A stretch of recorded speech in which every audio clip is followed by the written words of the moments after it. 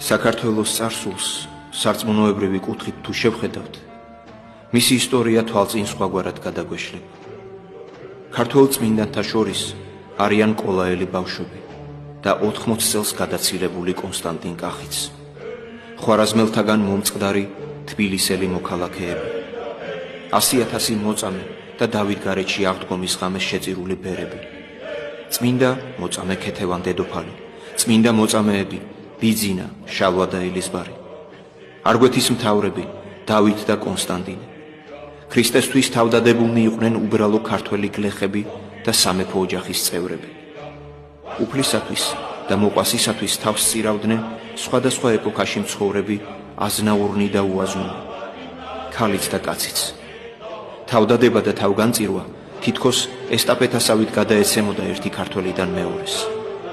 გავიხსენოთ 9 ძმა ხერხეულიძე და 300 გმირი არაგველები. ჰეი თქვენ არაგველებო, გაუმაძღარნო ომითა, თქვენ საფლავებთან მოსვლა და მუხლის მოდრეკა მომინდა. წმინდა თევდორე კველთელმა, სოფლის უბრალო მღვდელმა იხსნა ლუარსაბ მეფე და საქართველო.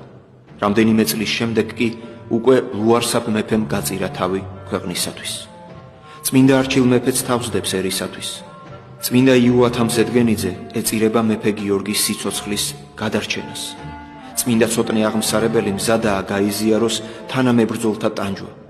ღირსი მამა გრიგოლი ფერაძე უცხო ტომელს გადაარჩენს და თავად იღუპება.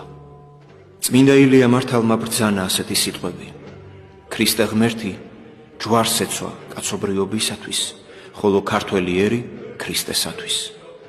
წმინდა გობრონის მიერ სისხლით გამოსახული ჯვარი ქართველი ერის ქრისტესთვის თავგანწირვის სიმბოლოა. წმინდა მიქაელ გობრონი შეიძლება აღვიქვათ როგორც საქართველოს ხატი, რომლის ტანჯვაც ქადაგებად იქცევა.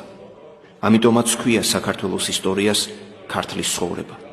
არა მატიანე, ან ისტორია, არამედ სწორედ ცხოვრება.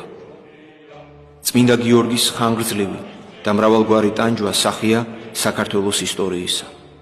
ქართველი ერის ტანჯვაც დიდხანს გრძელდებოდა.